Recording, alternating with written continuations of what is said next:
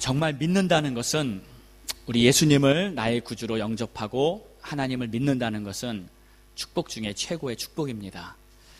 사람들은 나름대로 뭔가를 믿으면서 살고 있습니다. 어떤 사람들은 부모의 능력을 믿고 있죠.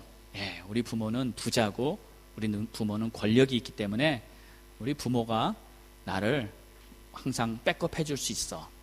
이런 생각, 이런 믿음으로 사는 사람도 있고요. 또 어떤 사람은 은행의 적금을 믿습니다. 그래도 나는 한 100만 오이로 정도 은행에 딱 잘 차곡차곡 모아놨는데 그거 있으면 무슨 일 나도 사고 나도 나는 괜찮아. 돈을 믿고 있죠.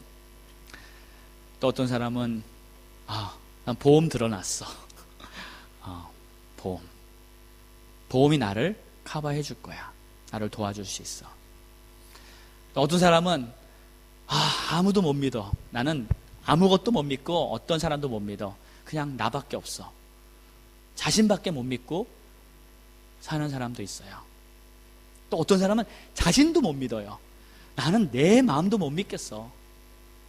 나를 믿을 수가 없어. 그래서 찾아가는 게 점쟁이. 점 보고 앞으로 어떻게 될까. 그러니까 누군가를 믿고 뭔가를 의지하고 그러한 본능적인 그러한 모습이 우리 인간의 모습입니다. 그런데요, 정말 엉뚱한 거 믿지 말고 우리는 확실한 것을 믿어야 합니다. 그렇죠? 세상에 있는 모든 것들은요 다 임시적이고요, 다 변하는 것이고요, 변하지 않고 정말 영원히 참된 것은 바로 우리 하나님의 사랑인 줄 믿습니다. 우리 예수님인 줄 믿습니다. 그분만이 확실하고 그분만이 절대적인 거예요. 왜냐하면 주님은, 우리 예수님은 나를 엄청나게 사랑하셨기 때문에 나를 구원하시려고 이 땅에 오셨습니다. 아멘입니까? 나를 구원하시려고 이 땅에 오셨어요. 그래서 그분은 내가 갖고 있는 모든 문제를 해결해 주기 위해서 십자가에 가셨고요, 십자가에서 당신의 몸을 내어주시고 죽기까지 내가 너희를 사랑한다고 보여주신 거예요. 그래서 십자가에서 모든 문제를 해결해 주셨고 또 3일 만에 죽은 자 가운데서 부활하셨습니다. 그래서 제자들 앞에 나타났어요. 그래서 제자들 앞에 부활의 예수님이 나타났을 때 여러분, 제자들은요 얼마나 놀랐는지 아세요? 제자들이 너무너무 놀랐어요. 예수님이 말씀하십니다. 왜 놀래니? 샬롬, 평강이 있을지어다. 내가 다시 살아난다고 말하지 않았니? 아멘. 분명히 예수님이 말씀하셨잖아요. 내가 3일 만에 살아날 거야. 내가 죽었다가 살아난다고 분명히 여러 번 말씀을 하셨는데 제자들은요 그 말을 솔직히 못 믿었어요. 안 믿긴 거죠. 안 믿겨요. 그리고 진짜 살아나셔서 나타나니까 너무 놀래가지고요, 황당하니까. 그래서 예수님은 놀라지 말라. 내가 만약에 죽고 끝나버리면 어떻게 하나님의 구원이 완성되고 내가 어떻게 하나님의 아들, 내가 하나님이라고 했던 그 말이 증명이 되겠니? 맞지 않습니까? 예수님이 십자가에서 죽고 끝나셨다면, 다른 사람들과 똑같이 그냥 죽어버리고 끝나버렸다면 그분이 어떻게 우리의 구원자가 되겠습니까? 근데 그분은 살아나신 거예요. 할렐루야. 그리고 제자들 앞에 나타나신 겁니다. 그리고 40일 동안이나 부활하신 예수님은 제자들 한 사람 한 사람을 만나고 이야기하고, 또 누가복음에 보면요 그냥 나타나신 정도가 아니라 제자들과 함께 밥까지 드셨어요. 식사를 하셨어요. 그러니까 예수님은 그냥 유령처럼, 영처럼 그렇게 나타나신 형체뿐만이 아니라 똑같은 이전에 있던 그 예수님의 육신을 그대로 입으시고 부활하신 거예요. 말 그대로 부활입니다. 그래서 제자들과 함께 식사를 하시고 음식을 먹으시고 그렇게 함께 40일간이나 지내셨어요. 그리고 나서 40일째 되는 날 하늘로 올라가셨습니다. 별로 놀라질 않으시네. 제자들이 보는 눈앞에서 샥 이렇게 하늘로 올라가시는 거예요. 놀랍지 않습니까? 만약에 우리가 제자였다고 생각해 보세요. 내가 그 현장에 있었다고 생각해 보세요. 꼭 무슨 소설, 공상과학, 무슨 소설 쓰는 것 같지 않아요? 근데 그게 사실이었어요. 제자들이 보는 그 눈앞에서 예수님이요, 하늘로 이렇게 올라가시는 거예요. 그리고 천사들이 말합니다. 너희들이 지금 놀래고 있지만 예수님은 너희들 눈앞에 올라가시는 그 모습대로 다시 이 땅에 오실 것이다. 그러니까 지금 제자들은 그 모습을 보면서 아마 거의 그냥 반은 그냥 이게 지금 꿈인가 생시인가 막 눈을 비비고 꼬집고 막 하면서 이게 진짠가, 꿈을 꾸고 있는 게 아닌가 하는 생각까지 아마 했을 거예요. 저라도 그랬겠지 않겠습니까? 그런데 그게 사실이었어요. 현실이었어요. 진짜 눈앞에서 일어나고 있는 일이었어요. 한두 명이 아니었어요. 그것을 본 사람이 수없이 많았어요. 그래서 그들은 그 부활하신 예수님이 함께 계셨고 하늘로 올라가신 것을 보고 이것은 부인할 수 없는 사실이기 때문에 그때부터 진짜 믿음이 생긴 거예요. 그리고 그 후에 며칠 후에 성령을 받고요, 더 뜨거워지니까 이제부터 정말 하나님을 믿고 예수를 따르는 참 제자가 된 줄 믿습니다. 이것은 사실이고 현실이었어요. 그러니까 그들은 이 진리를 진짜 알게 되고 나니까 자신의 인생 전부를 걸 만큼 이 사실이 너무나 가치 있는 것이었습니다. 그래서 초대교회 성도들이요, 우리가 성경을 보면 막 죽잖아요. 막 핍박을 받다가 막 고문을 당해도 죽으면서도 예수 믿는다는 것을 부인하지 않잖아요. 그것을 버리지 않잖아요. 어떻게 그게 가능합니까? 어떻게 그게 가능해요? 만약에 이것이 그냥 종교, 내가 선택하고 바꿀 수 있는 어떤 취미 같은 거였다면 그들이 자기 생명을 버리고서까지라도 그 믿음을 지키려고 했겠습니까? 한두 명도 아니고요. 수천의, 수만의, 수십만의 사람들이 그때도 그랬고요. 100년, 1000년이 지난 지금도 그 일이 그대로 이루어지고 있어요. 우리 한국에 기독교가 들어올 때도요, 우리 한국에는 얼마나 많은 순교자들이 있었는지 모릅니다. 그래서 그 순교의 피가 우리 한국을 하나님의 축복받는 땅으로 만들어준 줄 믿습니다. 그것이 그냥 어떠한 생각, 어떠한 취미나 선택으로 가능하다면 어느 한 곳에만 일어나는, 한 민족에게만 일어나는 어떠한 사건이라면 우리가 그것을 객관화시킬 수 없죠. 하지만 그 사건은 2000년 전 예수 그리스도가 십자가에 죽고 3일 만에 부활함으로 말미암아 그 후로부터 지금 모든 민족에게, 전 세계 모든 인류에게 이 복음이 증거되고 있고요, 이것을 믿는 자들은 바로 하나님을 올바로 믿게 되고요, 자기의 삶이 완전히 변해서 이 진리를 붙들고 살아가는 그러한 가장 정확하고 변하지 않는 진리가 된 줄 믿습니다. 자, 그래서요, 이 예수를 믿는다는 것은 엄청난 축복이고 모든 성도들은 이 진리의 가치를 깨달았기 때문에 정말 심지어는 자기의 생명과도 바꿀 만큼 그러한 어마어마한 가치로 스스로, 누가 시켜서가 아니에요, 스스로 인정하고 그것을 자기의 축복으로 삼은 거예요. 여러분, 쉽게 말하자면 이겁니다. 여러분 보세요. 육신의 생명이 있고 영원한 생명이 있으면 어느 것이 더 가치 있습니까? 답은 영원한 생명이죠.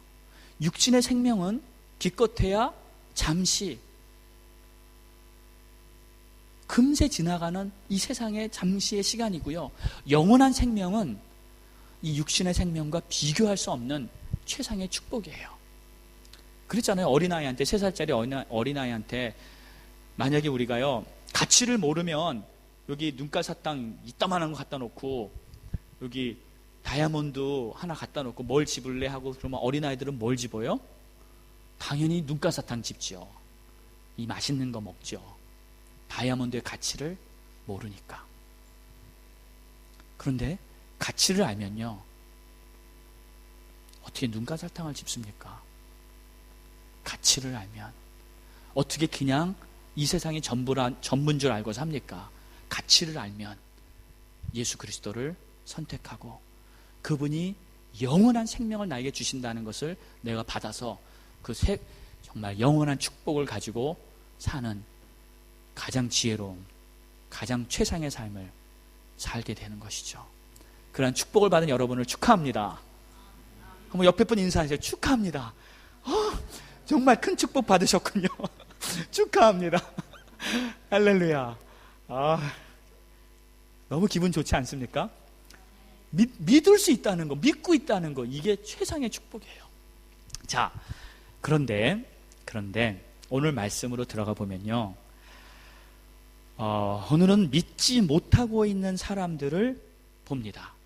이 본문 안에 믿지 못하고 있는 사람들, 그들이 왜 못 믿을까? 왜 못 믿을까? 그것을 잘 살펴보니까 아주 중요한 이유가 하나 있다는 것을 발견하게 됐습니다. 사람들이 왜 예수를 못 믿나? 예수님의 사랑을 보지 못하면 믿을 수가 없습니다. 간단한 말 같지만 좀 어렵기도 하고요, 좀 복잡한 것 같지만 굉장히 간단합니다. 자, 바리새인들, 여기 등장하는 유대인들은 많은 지식이 있었어요. 많은 성경적인 지식, 많은 경험이 있었어요. 종교적인 경험, 전문가였습니다. 이들은 제사장들, 바리새인들, 이들 유대인들은요, 대대로 할아버지 막 거슬러 올라가서 모세 때부터 이 하나님의 말씀과 종교적인 법과 규례 모든 것을 철저하게 지켜가면서 아주 그냥 이 하나님이라 그러면요, 교회라 그러면요, 아주 빠삭하게 알았던 그러한 전문가들이었습니다. 부족할 게 솔직히 없었어요. 그런데 한 가지, 가장 중요한 거를 지금 몰랐어요. 가장 핵심적인 걸 몰랐어요. 왜 예수님이 이 땅에 오셨고, 왜 예수님이 돌아다니면서 그렇게 사람들을 고치고 기적을 보이고, 왜 예수님이 그토록 사역을 하는지 그 이유를 몰랐어요. 그 동기를 몰랐어요. 그게 뭐였냐면 사랑이었어요. 예수님은 사람들을 사랑하셔서 그들을 고쳐주셨어요. 사람들을 사랑하셔서 그들의 문제를 해결해 주신 거예요. 이 맹인도 마찬가지였습니다. 이 주님은 이 맹인을 너무 사랑하셨기 때문에 그의 눈을 고쳐주신 줄 믿습니다. 그렇죠? 예를 들어서 다른 이유가 혹시 있다고 한번 생각해 볼까요? 만약에 혹시 예수님이요, 자신의 능력을 보여주기 위해서 내가 눈도 뜨여줄 수 있다, 내가 못 고치는 병이 없다고 자신의 능력을 과시하기 위해서 혹시 이런 치유를 하셨을까요? 능력 보여주려고. 나 이런 치유 능력 있다니까, 내 말 잘 들어, 그래서 이런 거, 내가 이렇게 치유할 수 있으니까 나를 믿어, 이런 거. 아닙니다. 예수님께는요, 다른 어떤 숨겨진 다른 목적, 그런 거는 없었어요. 예수님은 그저 순수하게 깨끗하게 이 사람의 눈을 열어주고 싶은, 이 사람의 눈을 보게 해주고 싶은 그 사랑으로 가득 찼습니다. 예수님은요, 당신의 능력을 과시하는 거 안 좋아하셨어요. 우리 잘 알잖아요. 몇 과 이렇게 앞으로 챕터를 넘어가 보면은 명절이 돼서 제자들이 주님, 우리 이제 명절 되면 예루살렘에 올라가면 많은 사람들이 모이니까 그 많은 사람들 앞에서 한번 뭔가 보여주세요. 한번 능력 좀 보여주시고 그 많은 사람들 앞에서 한번 가르쳐 주시고 한번 해보세요. 그때 예수님이 안 했어요. 그렇게 안 하셨어요. 왜?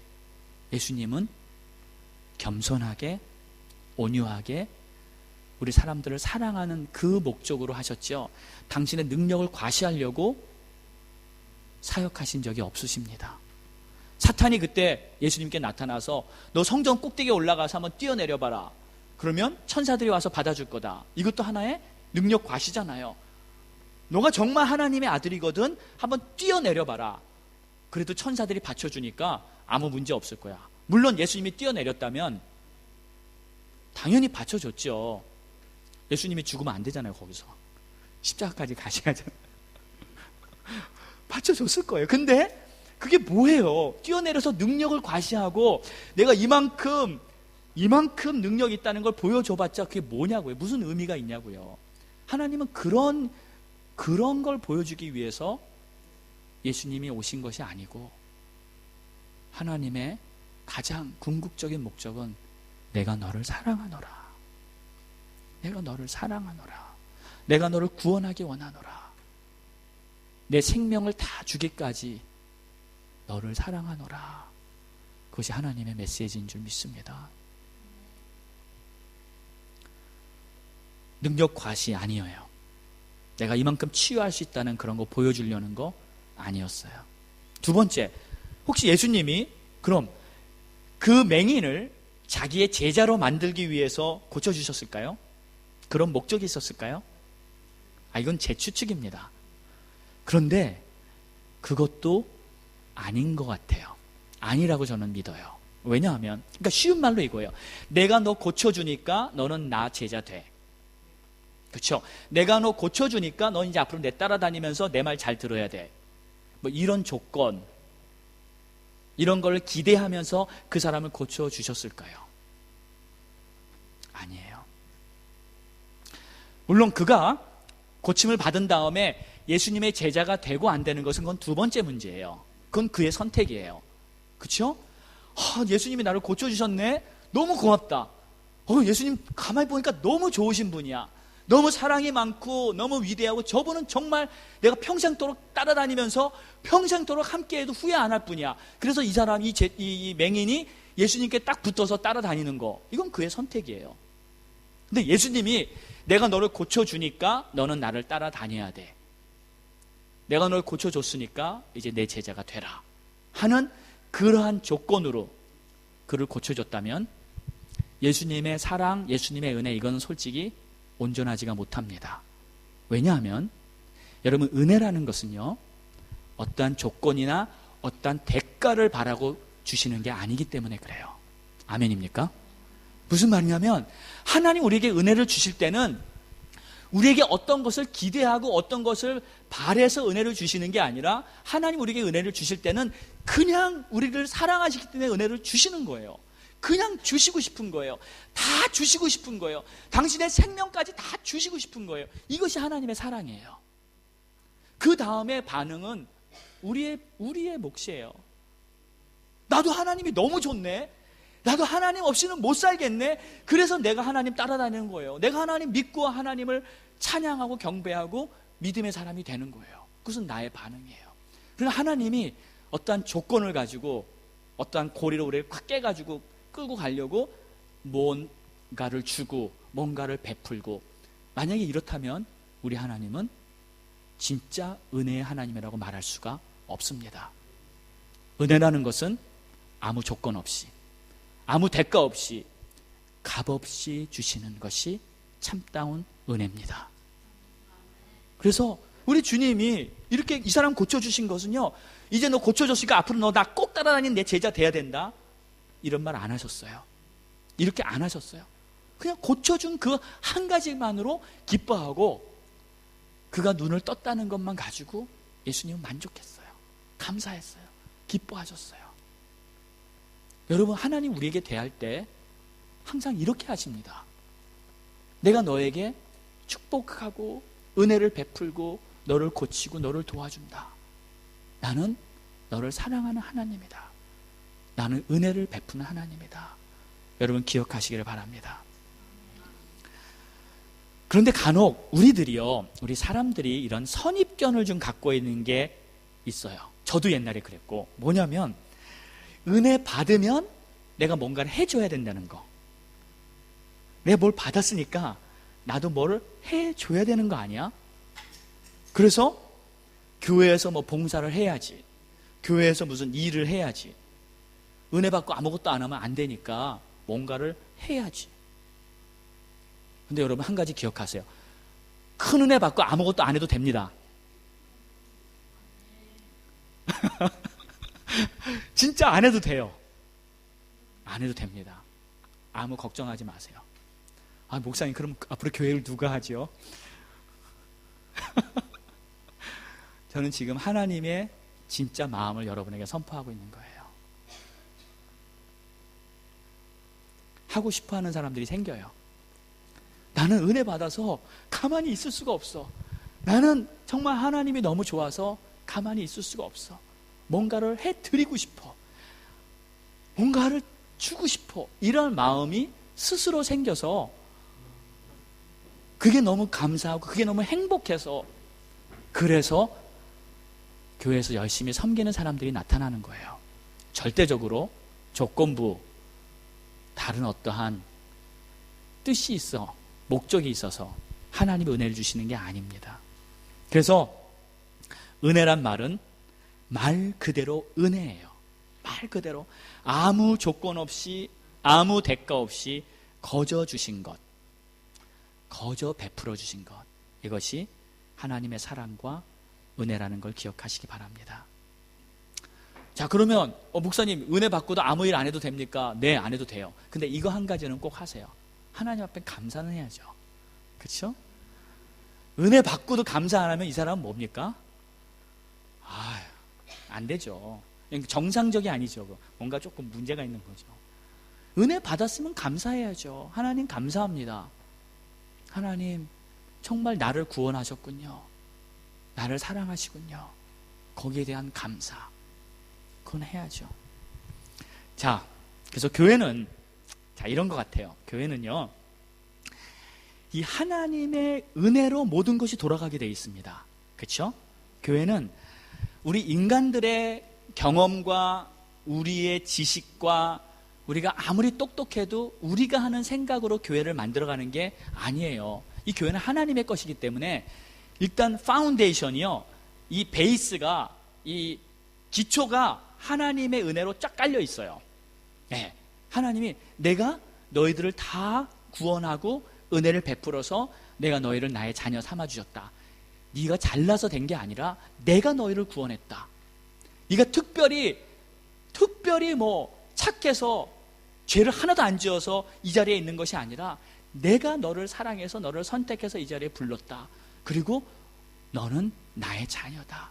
나는 너를 정말 죽기까지 사랑하는 그러한 하나님이다. 이게 하나님의 은혜예요. 그 위에 교회가 세워진 것입니다. 주는 그리스도시요 살아계신 하나님의 아들이십니다. 그래서 내가 예수 그리스도는 나의 구주라고 고백하고요, 그 예수님이 나의 전부라고 고백할 수 있는 그러한 믿음 위에 교회는 세워지고 있는 거예요. 그래서 이 은혜는 뭐냐면, 내가 교회에 모여서 나도 자발적이에요. 이게 모두가 다 누가 시켜서가 아니라 스스로 남에게 주고 싶고요, 봉사하고 싶고요, 나눠주고 싶고요. 이러한 스피릿, 이러한 모티브, 동기가 교회에는 모든 일을 하게 되는 가장 베이스가 되는 거예요. 근데 만약에 교회가 이런 게 없어지고요, 시스템으로 돌아간다든지 아니면 율법으로 돌아간다든지 아니면 책임감으로 돌아간다든지 하면은요, 이게 점점 드라이 됩니다. 뭐가 드라이? 우리 마음부터 드라이 되고요, 힘들어지고요, 그리고 점점 인간의 냄새만 나요. 사람 냄새만 나요. 주님의 향기가 없어져 버려요. 우리 주님의 은혜, 그 사랑의 향기. 우리 교회는 이 모토가 하나 있잖아요. 뭐죠? 사랑이 넘치는 교회. 할렐루야.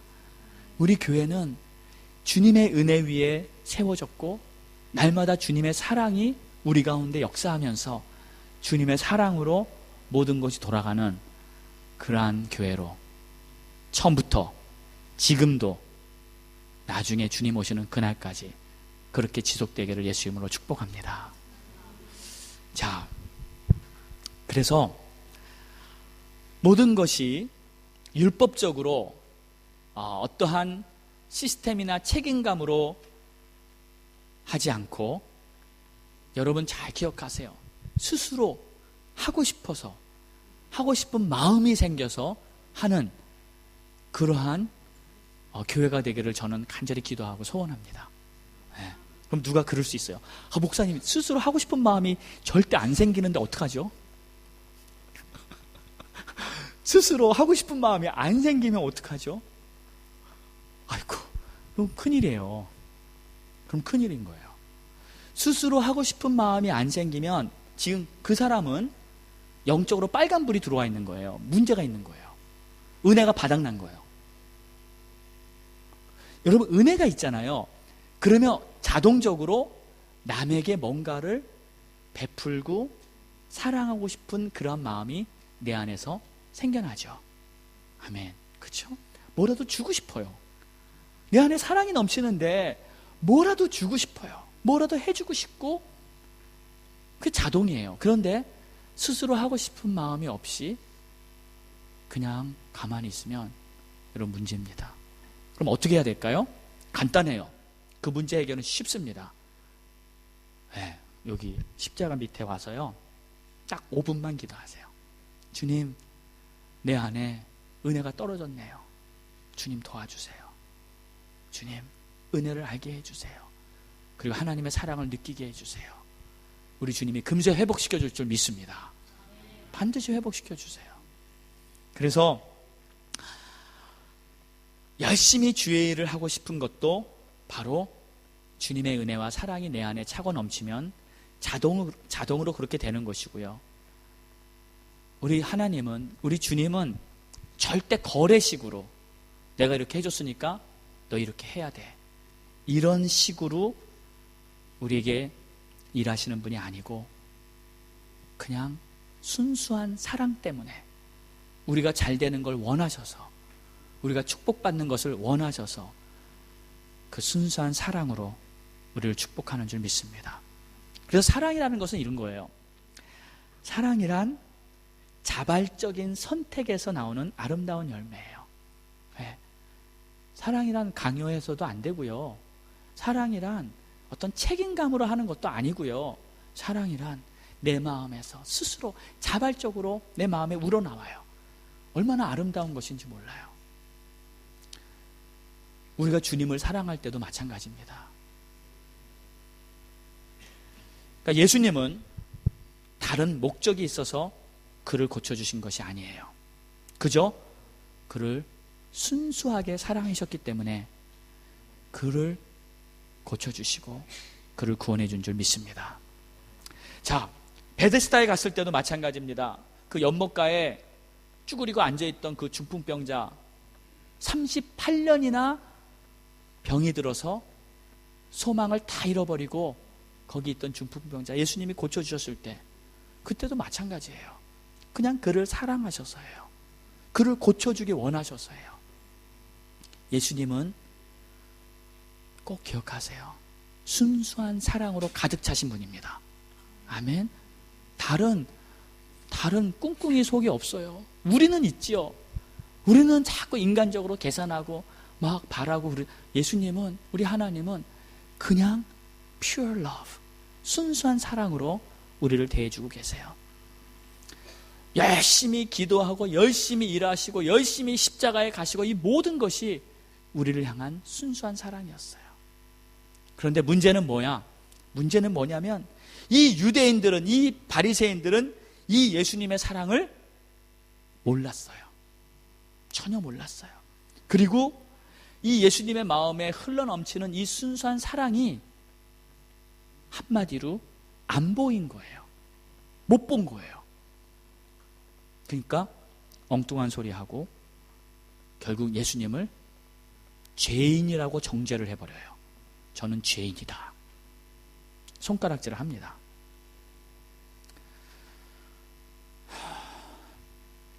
그래서 예수님이요, 이 9장이 끝나는 마지막 부분에 이런 말씀을 하는 내용이 있어요. 39절입니다. 보지 못하는 자들은 보게 하고 보는 자들은 맹인이 되게 하려 함이라. 그러니까 보는 자들이 지금 이 바리새인들, 유대인들, 제사장들 말하죠. 지금 다 보고 있어요. 근데 실은 그 사람들이 맹인이라는 거예요. 영적으로 보면 맹인이라는 거죠. 못 보는 거예요. 뭘 못 보는 거예요? 예수님의 사랑을 못 보는 거예요. 예수님 안에 흘러 넘치고 있는 그 사랑, 모든 사람을 다 구원하고 싶고, 모든 사람을 다 고쳐주고 싶고, 모든 사람을 다 사랑해서 그들을 회복시켜주고 싶은 그 예수님의 순수한 사랑을 이 유대인들은 못 보는 거예요. 그러니까 정죄하고 맙니다. 보아야 할 것을 볼 수 있는 자가 되어야 합니다. 그렇죠? 주님의 사랑을 볼 수 있어야 합니다. 그러니까 이러한 결론이 나요. 주님의 사랑이 안 보이면 주님을 못 믿게 되는 거예요. 그렇죠? 아무리 위대한 일을 해도요, 예수님이 십자가를 지고 죽었다가 3일 만에 부활하셨어요. 정말 어마어마하게 위대한 일이에요. 그런데 이것보다 더 기가 막힌 일이 설사 일어났다 하더라도 주님이 우리를 사랑해서 그러한 일을 하셨다는 게 안 보이잖아요. 안 보이면 아무리 더 큰 위대한 일을 했다 할지라도 그게 안 믿어지는 거예요. 안 믿어지는 거예요. 사랑을 보지 못하면 그래서 결국 판단하고 정죄합니다. 판단하고 정죄하는 이유가 바로 거기 있어요. 24절에 보니까 이들이 예수님을 이렇게 말해요. 우리는 이 사람이 죄인인 줄 안다. 죄인이다. 정죄를 해버렸어요. 뿐만 아닙니다. 이 맹인도 정죄합니다. 34절에 보니까 내가 온전히 죄 가운데 나서 우리를 가르치느냐 하고 이에 쫓아내버렸다. 여기서 쫓아냈다는 것은요, 그냥 그 자리에서 나가라 그런 게 아니라 출교시켰다는 거예요. 그러니까 더 이상 이 사람은 이제 교회 못 다녀요. 더 이상 이 사람은 이제 그 유대인 공동체는 이 회당 공동체입니다. 믿음 공동체예요. 그래서 그들은 이제 사회생활하는 모든 것이 이 시나고그, 이 회당과 함께 모든 일을 하게 돼 있어요. 그런데 출교됐다는 것은 이제 더 이상 이 사람은 정말 모든 사회생활의 커넥션을 다 잃어버리게 되고 마는 거예요. 굉장히 큰 문제를 겪는 거죠. 왜? 너도 죄인이라는 거예요. 맹인 보고 너도 죄인이다. 자, 왜 이렇게 될까요? 왜 이렇게 정죄하고 판단하고 말까요? 그 이유는 사랑이 보이지 않으니까. 사랑이 보이지 않으니까. 그래서 모든 문제의 원인은 뭐냐? 이 사랑의 부재, 사랑을 모르는, 사랑을 인정하지 못하는 그것이 그들의 근본적인 문제였어요. 그러니까 여러분 보세요. 우리가 인간관계에서도요, 모든 상황을 볼 때 이제 모든 갈등의 원인은 사랑입니다. 네, 사랑이 없으면 결국 친구 관계, 사랑이 없으면 결국 가족들도요, 심지어는 부부 관계, 사랑이 없으면 다 금이 가요. 다 힘들어집니다. 교우 간에도요, 사랑이 없으면 교우는 정말 힘들어져요. 사랑이 있어야 돼요. 꼭. 바리새인들을 보면 겉으로 보기에는 완벽했죠. 모든 행위, 모든 거 다 똑바로 잘했어요. 그런데 그들에게 사랑이 없었어요. 말씀 잘 가르치고 이웃 구제하고 기도하고 심지어 금식하고 다 잘합니다. 그런데 사랑이 없으면 결국 껍데기에 불과합니다. 아무것도 진짜가 없는 거예요. 그 보니까요, 여러분, 이런 것 같아요. 사탄도요, 이렇게 비슷하게 다 흉내내잖아요. 네? 다 흉내냅니다. 그래서 능력 행하는 거, 귀신들, 뭐 무당들, 사탄들 이렇게 보면은 이렇게 능력이 나타나요. 비슷하게 이렇게 흉내를 냅니다. 또 지혜로운 거, 그것도 있어요. 네, 지혜도 있어요. 그런데 한 가지 사탄이 없는 것은 사랑이에요. 그렇죠? 사탄에게는 사랑이 없어요. 사탄은요, 남을 용서하고 남을 위해 희생하고 남에게 자비를 베풀고 도와주고 이러한 것은 사탄이 안 하죠. 못 하죠. 사랑은 사탄에게 속한 것이 아니고 오직 하나님께 속한 것인 줄 믿습니다. 자, 그래서 결국 바리새인들은 예수님 안에 있는 그 흘러넘치는 사랑을 못 봤어요. 그들 눈에는 예수님의 사랑이 안 보였어요. 그리고 물론 자기 안에도 사랑이 없는 거죠. 그건 당연한 거고요. 그런데 여러분 보세요. 여러분 예수님을 바라보고 하나님을 바라보고 생각하면 사랑이 보이십니까? 여기 몇 명만 아멘 하시고 이쪽은 다 어디 가셨어요? 여러분 주님의 사랑이 보이십니까? 아니 진짜 제가 진지하게 여쭤보는 거예요. 진짜 보이시는 분만 아멘 하세요. 정말 보이십니까? 그럼 여러분 정말 축복된 사람입니다. 그 사랑이 보이기 때문에 믿기 시작한 거예요. 믿어지게 된 거예요. 두 번째 질문. 여러분 내 옆에 있는 성도에게 사랑이 보이십니까? 오, 할렐루야. 정말 여러분 축복된 겁니다. 다행입니다. 사랑이 보입니다. 그런데 사랑이 안 보이는 경우엔 그게 누구 문제일까요? 아무개 성도, 저 사람 왜 저래? 아무개 집사님, 저 사람 왜 저래? 하면서 계속 안 좋은 것만 보이고요. 그 사람이 안 좋게 행동했으니까 당연히 그게 보이고 자꾸 판단이 되고 정죄가 되고 있어요. 그럼 이게 누구의 문제일까요? 교과서에 보니까 이 교과서에 보니까 예수님이 그게 너의 문제다. 그렇게 보이는 내 문제다라고 말씀을 하세요. 답이 그거래요.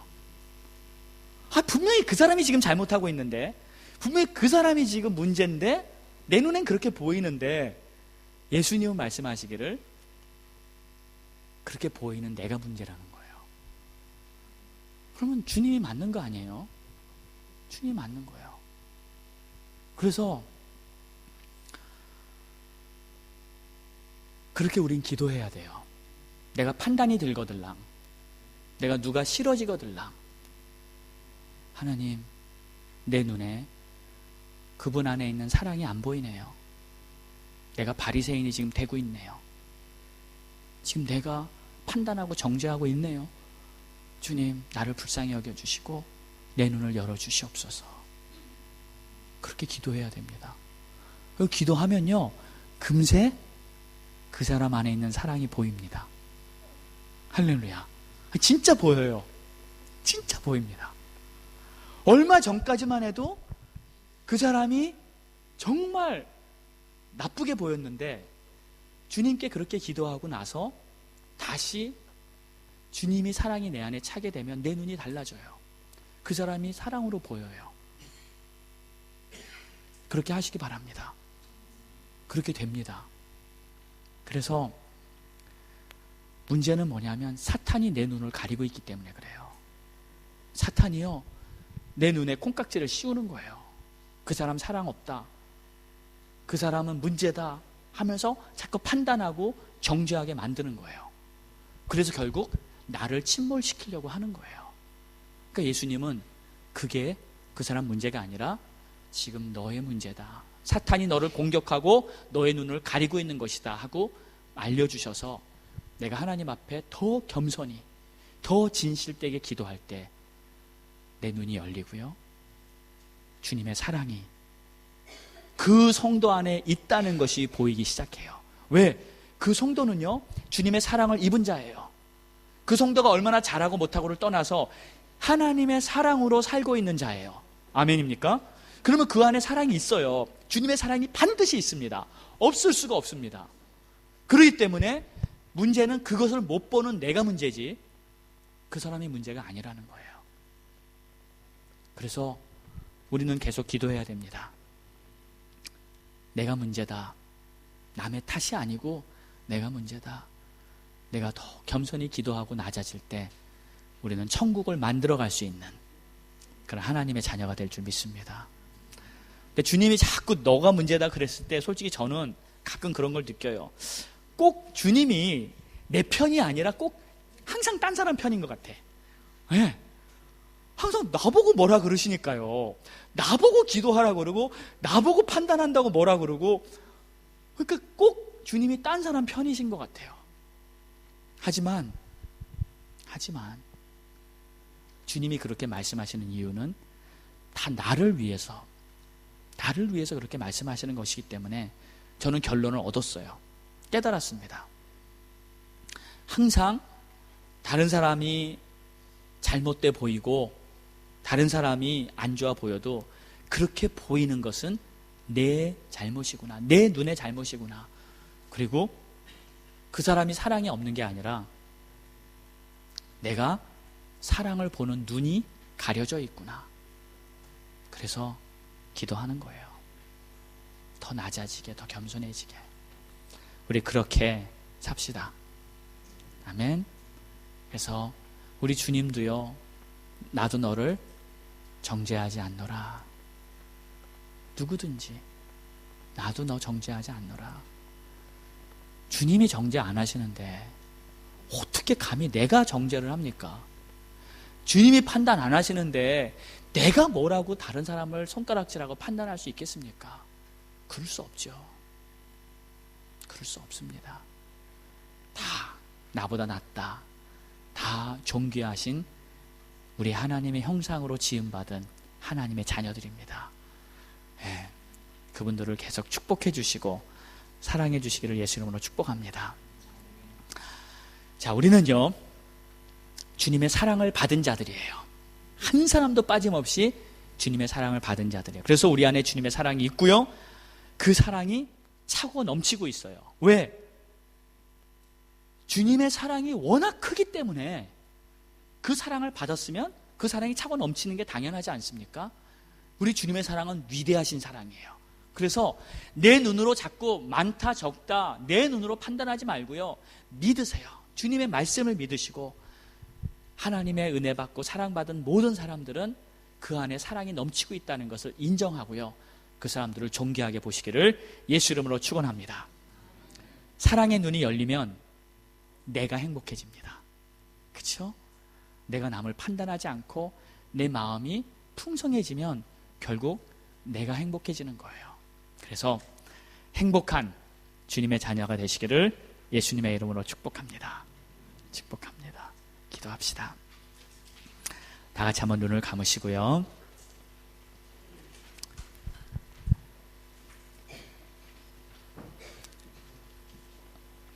예수님의 그 풍성한 사랑을 보지 못했던 이 바리새인들, 얼마나 안타까운지 모릅니다. 그렇게 사랑이 많으신 예수님한테 손가락질하고 정죄하며 너는 죄인이다. 그들은 예수님을 믿지 못했어요. 예수님 안에 있는 그 큰 사랑을 보지 못했어요.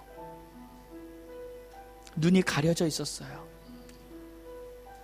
그런데 우리는